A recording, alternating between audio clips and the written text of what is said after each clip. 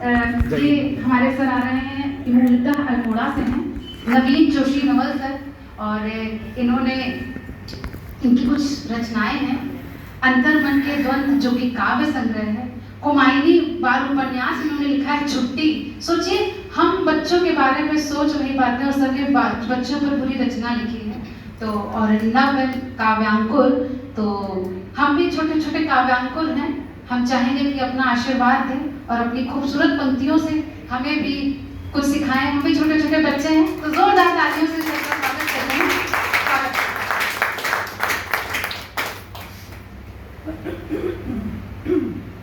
इसको छेड़ना नहीं। बहुत बहुत आभार आपका। माइक फिर गया। माँ वीणा पाणी को नमन करता हूँ, सम्मानित मंच को प्रणाम करता हूँ, आप सबकी गरिमा में उपस्थिति को प्रणाम करता हूँ। तारीफ बहुत कर दी। मेरे को आजकल की ये जो पसंदीदा विधाएं हैं, हास्य हैं, गजल हैं और ओज है, ये आती नहीं है। ऐसा नहीं है कि लिखना नहीं चाहता हूँ, लेकिन आती नहीं है। तो मैं अपने सुर पर चलता हूँ, वही आपको थोड़ी देर झेलना पड़ेगा। स्वागत है सर जी।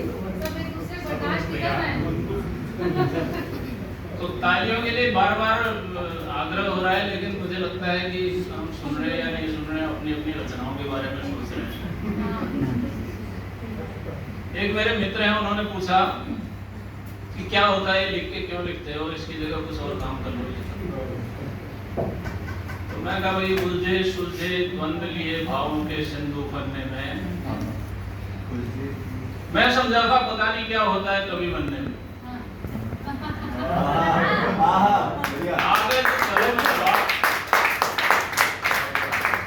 कागज कलम दवात हाथ में लेना मुश्किल काम नहीं, पर कवि जाने क्या प्रसव वेदना होती कविता देने।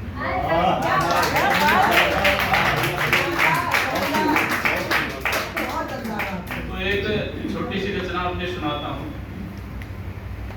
कि जीवन का नव अनुभव मैंने अपनी आंखों से देखा है।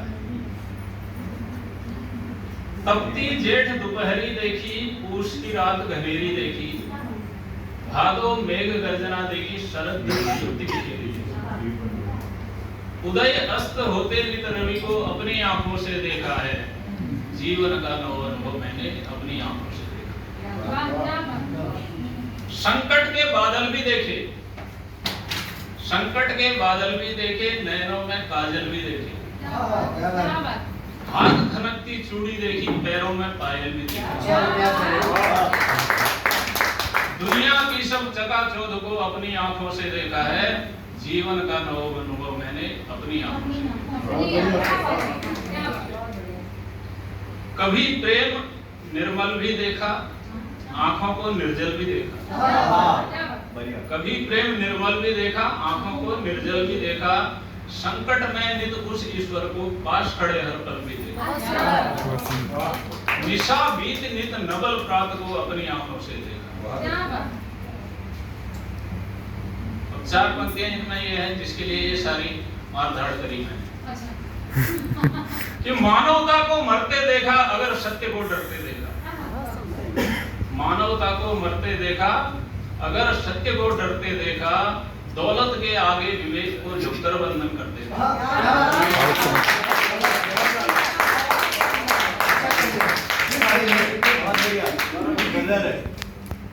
मानवता को मरते देखा, अगर सत्य को डरते देखा, दौलत के आगे विवेक को झुककर वंदन करते देखा। संवेदना शून्य मानव को अपनी आंखों से देखा है। जीवन का नव अनुभव मैंने अपनी आंखों से। बहुत सही। एक छोटी सी कविता, 5 मिनट का समय है, तो अभी तो 2-3 मिनट हो गए। तो कविता एक्चुअली किसी ने बहुत अच्छा कहा था कि क्या होता है, बचपन से लिखने की का शौक था लेकिन संग्रह नहीं कर पाया।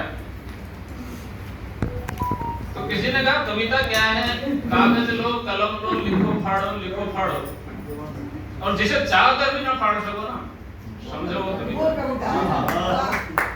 तो उन्हीं में से मेरे को जो अच्छी लगती है एक छोटी सी रचना कि मैं नहीं मधु का उपासक है गरल से प्रेम मुझको। मैं नहीं मधु का उपासक है गरल से प्रेम मुझको। कीर्ति सुख ऐश्वर्य धन बल बाहुबल और बुद्धि वंचित संपदा से हीन हूं मैं, फिर मुझे क्यों दम्भ होगा। सत्य शिव का मैं पुजारी, मैं नहीं याचक बनूंगा, नहीं जगत से बैर मेरा स्वाभिमानी ढंग होगा। शुद्ध मति के प्रेम से ही जगत का कल्याण होगा। छल कपट से दूर हूं मैं, है सरल से प्रेम मुझको। मैं नहीं मधु का उपासक है गरल से प्रेम मुझको। वेदना के नवल कारक नित खड़े प्रतिबिंब जैसे। जीवन है, कोई ना कोई दुख का कारण लगा रहता है। बड़ा संकट आता है तो छोटे छोटे गुण हो जाते हैं, बड़ा जाता है तो फिर छोटे हावी होते हैं। तो इसलिए कहता हूं कि वेदना के नवल कारक नित खड़े प्रतिबिंब जैसे। द्वेष से अनभिज्ञ संस्कृति से यही शिक्षा मिली है। जो विधाता ने दिया वो फल मुझे पर्याप्त है, बस पद प्रतिष्ठा पारितोषिक की कहां इच्छा बनी।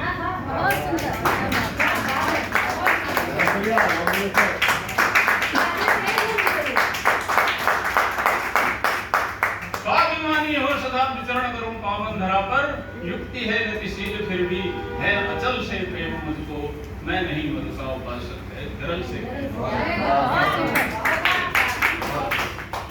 अल्पता में ही सफल होते रहे हैं शिष्ट जन सब।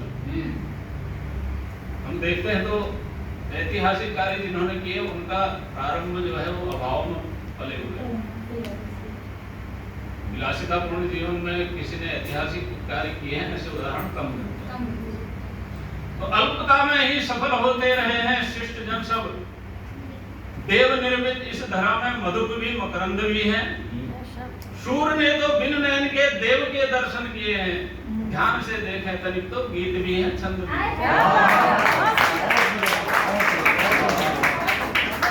राह चलते मुझे भी अगणित मिले हैं अडिग भूदर। राह चलते मुझे भी अगणित मिले हैं अडिग भूदर। किंतु बहती जानवी के शुद्ध जल से प्रेम मुझको। जल से प्रेम। अंतिम चार पंक्तियां जो सीमा पर हमारी रक्षा के लिए खड़े हैं उनको समझ कि बहुत देखे हैं महीपति महल में विश्राम करते। बहुत देखे हैं महीपति महल में विश्राम करते। देख ली अगणित धरा पर अग्नि की जलती चिताएं। तपन रवि की तीक्ष्ण ज्वालाएं हवन के समिध की भी। धधकती पर्वत शिखाएं घुमड़ती घन की घटाएं। किंतु सीमा पर अडिग अरिके समन को खड़े उनकी रग रगों में प्रज्वलित जो उस अनल से प्रेम मुझको।